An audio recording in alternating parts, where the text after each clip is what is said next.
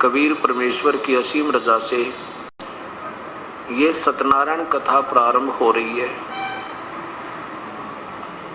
सत्यनारायण का अर्थ होता है अविनाशी परमेश्वर। हम उसे सत साहेब कहते हैं। सत साहेब कहो चाहे सत्यनारायण कहो, अमर पुरुष कहो, अकाल मूर्त कहो, शब्द स्वरूपी राम कहो, परम अक्षर ब्रह्म कहो, परमेश्वर कहो, राम कहो, अल्लाह कहो, गॉड कहो, चाहे रब कहो, खुदा कहो, ये शक्ति बोधक और पर्यायवाची भाषा भिन्न शब्द होते हैं।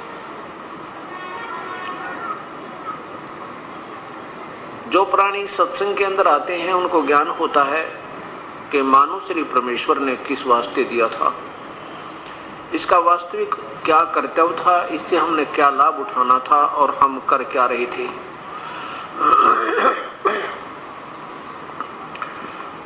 जब तक हम सत्संग नहीं सुनते हैं तो हम अपने दैनिक कार्य को जो समाज के अंदर रहकर कर रहे होते हैं उसी को सर्वस्व मानकर और उसमें तन मन धन से लगे हुए होते हैं। और जब हम सत्संग के अंदर आते हैं तो हमारी आत्मा को ये बोध होता है कि मैं कौन हूँ, कहाँ से आए थे, हमारा वास्तविक कर्तव्य क्या था और हम कर क्या रहे हैं। और सत्संग का मिलना ये बहुत ही पुण्य कर्मों के संयोग से हुआ करता है। तुलसीदास जी कहते हैं सकल पदार्थ हैं जग माही, पर कर्म ही न नर पावे नहीं। और जो पुण्यात्मा प्रभु की तड़फ में तलाश में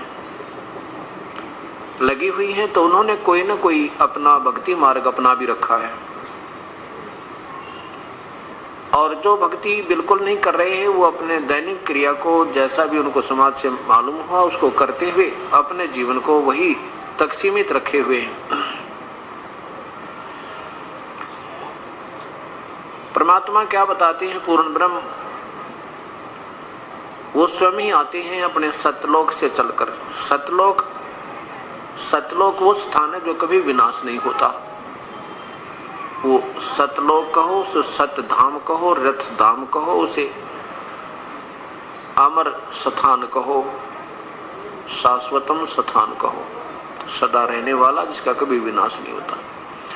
उस सतलोक से चल के वो पूर्ण ब्रह्म सतपुरुष स्वयं ही यहाँ काल के लोक में आते हैं। ये 21 ब्रह्मांड इस ज्योति निरंजन ब्रह्म अर्थात क्षर पुरुष के हैं। और यहाँ पर जितने प्राणी इस काल के साथ यहाँ 21 ब्रह्मांड में रह रहे हैं ये अपने मूल स्थान को भूल चुके हैं। अपना मूल स्थान ये नहीं है जिसमें हम रह रहे हैं। अपना मूल स्थान सतलोक है जहां से हम बिछुड़ कर आए हुए हैं। और जब तक हम वहां नहीं पहुंच लेंगे तब तक हमें कोई यहाँ का सुख हमें सुखी नहीं कर सकता। वो जानकारी हमें केवल परमेश्वर स्वयं आकर बता पाते हैं और कोई नहीं बता सकता। उस सतलोक के बारे में ना ब्रह्मा को मालूम, ना श्री विष्णु को मालूम, ना श्री शिव को मालूम, जो यहाँ के 3 लोक के अधीश्वर हैं, एक एक विभाग के मंत्री एक ब्रह्मांड के अंदर है।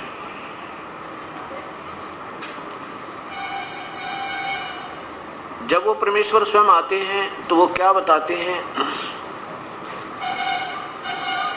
राम नाम रटते रहो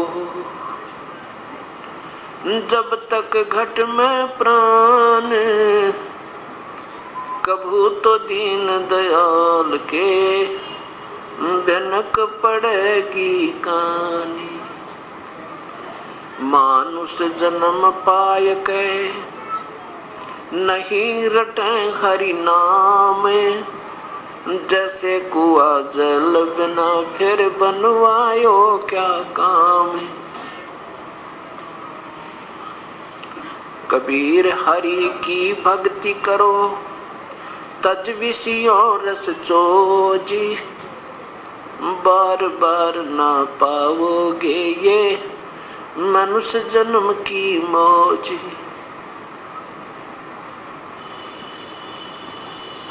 राम रटत कोडी भलो, चू चू पड़े जो चामे।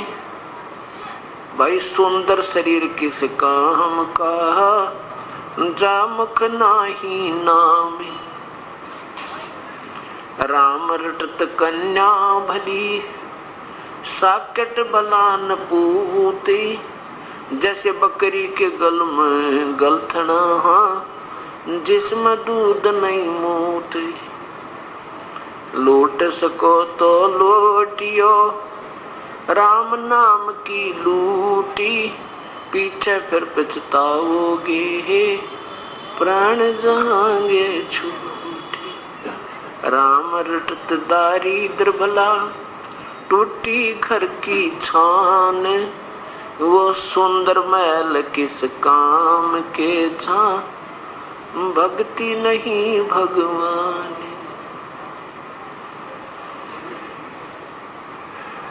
परमपिता परमेश्वर पूर्ण ब्रह्म हमें ये बताना चाहते हैं कि मानुष शरीर पाक है जो नहीं रटे हरि नाम। और जैसे कुआ जल बिना फिर बनवाया क्या काम। जैसे जिस कूप में जल ना हो उसका नाम भले ही कुआ है पर गुण कुएं के नहीं इसमें। इसी प्रकार जो मानुष शरीर प्राप्त प्राणी प्रभु की विधिवत साधना नहीं कर रहे हैं, पूर्ण परमात्मा की शास्त्र अनुकूल साधना नहीं कर रहे हैं या बिल्कुल ही नहीं कर रहे हैं, उनके बारे में कहते हैं कि वो प्राणी मानुष शरीर में ऐसे हैं जैसे जल रहित कुआं होता है। मानो नाम अवश्य है पर मन गुण मनुष्य के नहीं है। मनुष्य का पहला गुण प्रथम कर्तव्य प्रभु की आराधना और सद्कर्म करना। इस चीज का ज्ञान हमें सत्संग माने से होता है और सत्संग के अभाव से प्राणी ना जाने कितने वो कर्म कर देता है जो इसने नहीं करने चाहिए थे।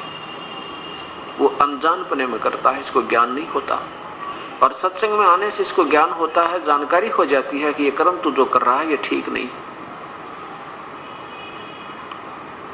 तो परमात्मा हमें बता रहे हैं कि कबीर हरि की भक्ति करो, तज विषयों रस चोच। भाई बार बार ना पाओगे ये मनुष्य जन्म की मौज। इस मानव शरीर में हम कितना सुंदर आहार करते हैं। जब मन चाहे दूध पी ले, मन चाहे जब इच्छा हो उसी समय रोटी खा लें, भूख लगे। गर्मी सर्दी से बचने के लिए हमने पतले और मोटे कपड़ों का भी प्रबंध कर दिया। प्राकृतिक आपदाओं से, आंधी से, तूफान से, वर्षा से, ओलों से, गढ़ों से बचने के लिए भी हमने कोई छान डाल लिया, कोई मकान बना लिया, कोठी बना ली। और कोई तकलीफ हो जाती है शरीर में तो हम डॉक्टर से दिखा लेते हैं और राहत पा लेते हैं। और भी कोई मानसिक परेशानी होती है तो एक दूसरे को बताकर अपना दुख रो लेते हैं, हल्का कर लेते हैं। और इतनी सुविधा पाकर के हम प्रभु आराधना नहीं करते, प्रभु की भक्ति नहीं करते, तो परमात्मा हमारे से नाराज हो जाता है।